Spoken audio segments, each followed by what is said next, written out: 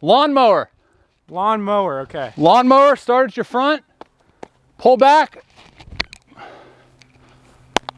Like back hip should like be this? open.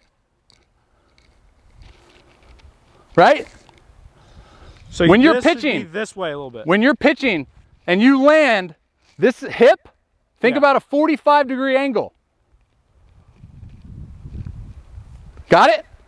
So then you come back into it, boom. So now you're preset in the direction that we're trying to establish when you come down a front foot strike. Wait, do it again. So your back foot is like a little... Where's your back foot when you land? Go through a dry rep. So, look, hips all the way open, right? Okay. So this would be, what, 90? No, this is 0.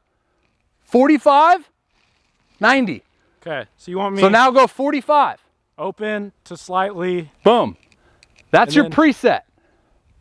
So this is now going to allow us to create the separation and the front side of getting over here, extension, and blocking.